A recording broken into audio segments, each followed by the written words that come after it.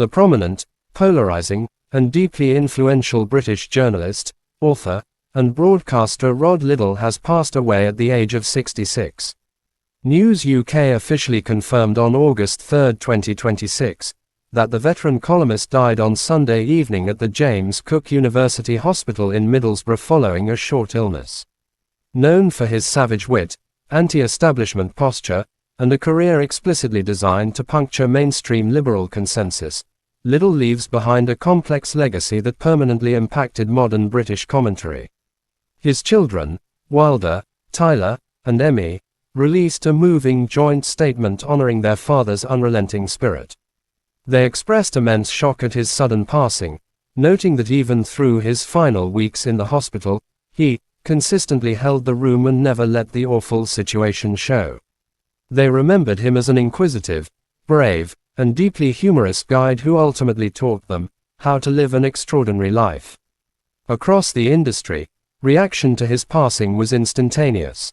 High-profile editors, media heavyweights, and longtime readers recognized him as one of the last true Fleet Street mavericks, while critics reflected on a career defined by deliberate provocation. Long before he became the darling of right-leaning readers, Liddle's early life was rooted in contrasting political worlds. Born in 1959, he flirted heavily with radical left-wing politics during his youth.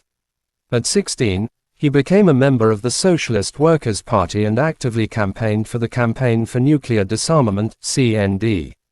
He frequently joked about his door-to-door canvass work for the Labour Party during the 1983 general election, which he performed in full punk rock attire. He later claimed that his aggressive punk aesthetic likely, single-handedly lost his party a good 5,000 votes. This early period gave him a deep familiarity with left-wing infrastructure, which he would spend the latter half of his life systematically deconstructing in his weekly columns. Mastering and breaking the BBC. Liddle's first major footprint on the British national consciousness occurred behind the scenes. In 1998, he was appointed as the editor of BBC Radio 4's flagship, a position widely considered one of the most powerful gatekeeping roles in British political broadcasting. Under his leadership, the program retained its fierce agenda-setting reputation. However, Liddle's intrinsic urge to voice his personal opinions eventually collided with the corporation's rigid demands for impartiality. In 2002, while still editing the flagship show, he penned a highly critical column for The Guardian attacking the Countryside Alliance's pro-fox hunting campaigns. The piece caused an institutional uproar, with critics asserting that the editor of the nation's premier news program could not publicly take such partisan stances. Faced with an ultimatum from BBC executives regarding his extracurricular writing, Liddle chose his independent voice over corporate prestige. He resigned from the BBC in late 2002, a moment that marked his transition from a behind-the-scenes broadcast editor to a frontline polemicist. Described as arguably the most offensive columnist of his generation, and wore that badge with pride. He quickly secured foundational roles across major British publications.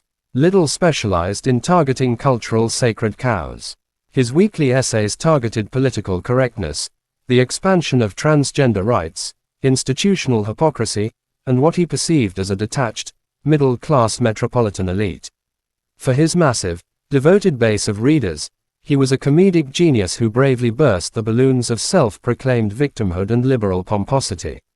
Beyond print, he published several books detailing his cultural anxieties. His most notable work, Selfish Whining Monkeys, offered a biting critique of his own baby boomer generation, accusing him of trading traditional British social cohesion for hyper-individualism and endless complaints. Liddle's career was inseparable from intense public fallout, and he regularly found himself in the crosshairs of regulators and social media boycotts. In 2018, an essay mocking the Welsh language sparked a massive influx of complaints to the independent press standards organization, IPSO, drawing condemnation from politicians who accused him of casual bigotry. Similarly, advocacy groups frequently targeted his columns. Critics argued that editors were irresponsible for giving Liddle a mainstream platform, claiming his writing routinely vilified marginalized communities, including Muslims and disabled individuals. Liddle remained completely unbothered by the backlashes. In December 2021, he sparked a massive student walkout at Durham University during a speech on institutional tolerance. When confronted, he doubled down, telling the BBC that the very definition of a university education required listening to views fundamentally contrary to one's own. Late career and industry tributes.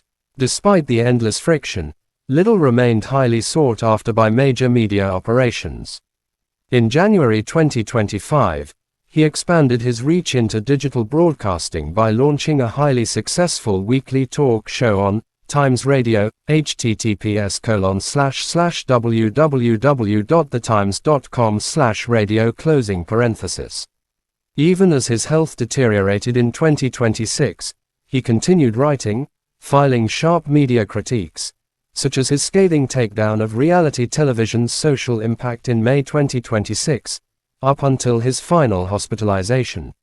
Following the news of his death, News UK chief executive Rebecca Brooks expressed profound grief.